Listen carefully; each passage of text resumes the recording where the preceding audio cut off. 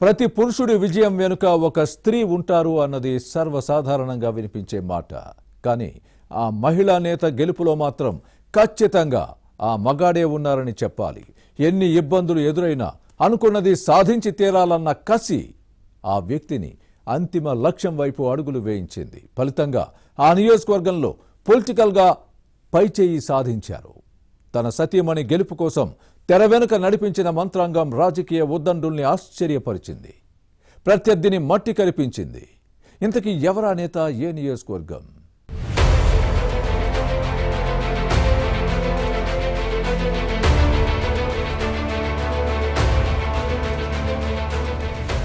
రాజకీయాల్లో రాణించాలంటే ఎంతో కష్టపడాలి. కుటుంబ సభ్యులు, అనుచరులు, జనం సహకారం అవసరం. ప్రజాసేవ చేయాలన్న కసి, వ్యూహాత్మక ఆలోచనలతో ముందుకు వెళ్తే సక్సెస్ అవ్వచ్చు. అయితే వారసత్వ రాజకీయాలు నడుస్తున్న ఈ రోజుల్లో కొందరు యువనేతలకు అలాంటి క్వాలిటీస్ లేకపోయినప్పటికీ అవకాశాలు కొట్టేస్తున్నారు. అయితే అలానే అందరికీ వారసత్వం కూడా అచ్చిరాదు అని చెప్పాలి. శ్రీకాకుళం జిల్లా పలాస నియోజకవర్గంలో గౌతు ఫ్యామిలీకి ఓ ప్రత్యేక గుర్తింపు ఉంది. స్వాతంత్ర సమర యోధుడు సర్దార్ గౌతు లచ్చన్న వారసుడిగా 4 దశాబ్దాల పాటు రాజకీయాలు నడిపారు ఆ నేత కుమారుడు గౌతు శ్యామ్ సుందర్ శివాజీ.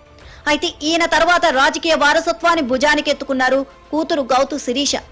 కానీ శిరీష రాజకీయాల్లో వారసత్వం నుంచి వచ్చే అధికారం ఏనాడు అనుభవించలేదు ఈ పొలిటికల్ ఫైర్ బ్రాండ్.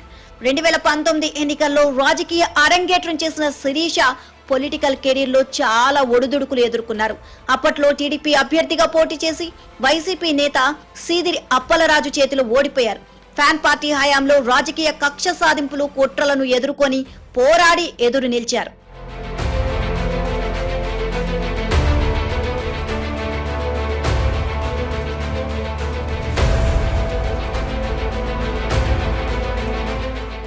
తమ దౌర్జన్యాలు, దాష్టికాలతో శిరీష బెదిరిపోయి రాజకీయాల నుంచి తప్పుకుంటారని వైసీపీ నేతలు భావించారు. కానీ మరింత రాటు తేలారు.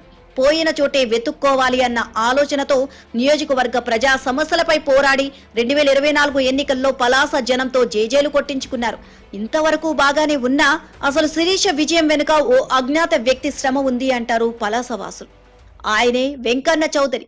అందరూ వీసీగా పిలుచుకునే ఈయన ఎమ్మెల్యే శిరీష భర్త. వాస్తవానికి వెంకన్న చౌదరి నియోజకవర్గ రాజకీయాల్లో ఎక్కడా మెయిన్ స్ట్రీమ్ లో కనిపించరు. మాజీ ఎమ్మెల్యే గౌతు శివాజీ అల్లుడిగా ఏనాడు రాజకీయ దర్పం ప్రదర్శించిన దాఖలాలు లేవు.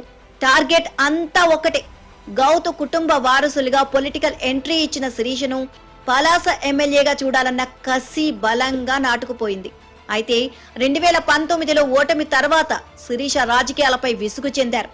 అలాంటి శిరీషను మెప్పించి ఒప్పించి మళ్లీ రాజకీయాల్లో నిలదొక్కునేలా చేయడంలో వెంకన్న చౌదరి పాత్ర కీలకమని చెబుతారు గౌతు కుటుంబ అభిమానులు.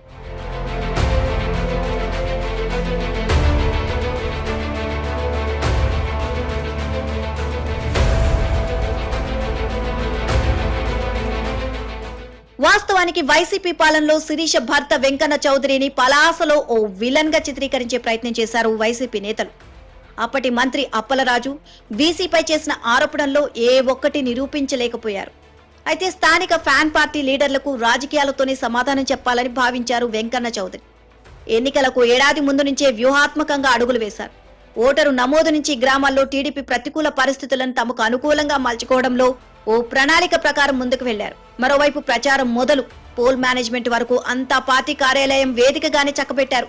దీనికి తోడు పలాస నియోజకవర్గంలో ఎక్కువ శాతం ఓటర్లు ఇతర ప్రాంతాల్లో ఉపాధి కోసం వెళ్లి అక్కడే స్థిరపడ్డారు. అలాంటి వారి జాబితాను ముందుగానే సిద్ధం చేసి ఓటింగ్ నాటికి సొంత ఖర్చులతో పోలింగ్ కేంద్రాలకు తీసుకురావడంలో చౌదరి గారు సక్సెస్ అయ్యారు.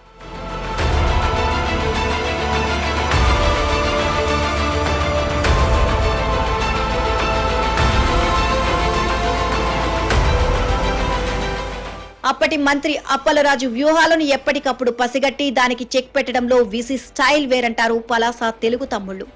మరోవైపు నియోజకవర్గ అభివృద్ధికి ప్రత్యేక చర్యలు చేపట్టారు. శిరీష ఎమ్మెల్యేగా గెలిచిన తర్వాత 2 వినూత్న కార్యక్రమాలను చేపట్టారు. మన పలాస మన బాధ్యత, ప్రతి చేనుకు నీరు, ప్రతి చేతికి పని వంటి ప్రోగ్రామ్స్ ప్రజలను విశేషంగా ఆకట్టుకున్నాయి. అయితే ఈ 2 కార్యక్రమాల రూపకల్పనలో వెంకన్న చౌదరి కీలకంగా వ్యవహరించారు. మొత్తానికి ఫైర్ బ్రాండ్ ఎమ్మెల్యేగానే కాకుండా పలాస అభివృద్ధిలో తమ మార్కు చూపించాలని భావిస్తున్న గౌతు శిరీషకు భర్తే బ్యాక్ బోన్ అని చెప్పక తప్పదు. ఇవన్నీ గమనిస్తున్న పలాస వాసులు గౌతు వారి అల్లుడా మజాకా అంటూ చర్చించుకుంటున్నారు.